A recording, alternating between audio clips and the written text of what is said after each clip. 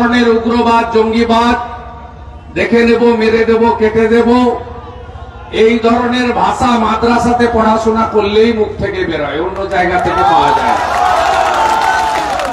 বেশি লাফালাফি করবেন না। কতগুলো অর্বাচীন ঢাকায় দাঁড়িয়ে কাল বলছে 4 ঘন্টার মধ্যে নাকি কলকাতা দখল করবে।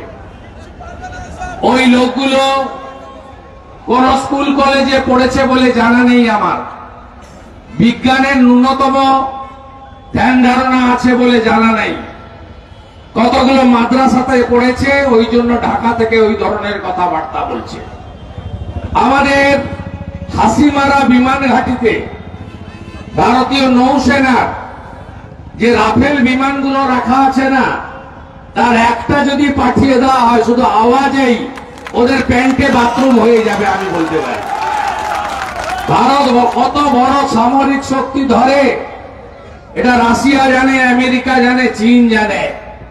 ভারত থেকে পেঁয়াজ আর আলু না গেলে যাদের খাওয়া জোটে না, ওদের নুন তৈরি হয় কাঁচা নুন, যেমন দাদন পাত্র বাড়ে তৈরি হতো, আয়োডিনটা পাঠাতে হয় ভারতকে, তারপরে পরিশুদ্ধ নুন তৈরি হয়।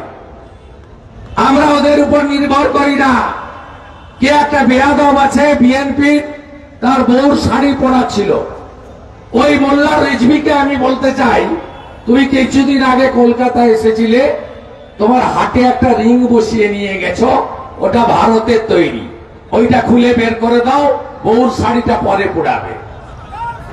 এরা আমাদের উপর নির্ভর করে।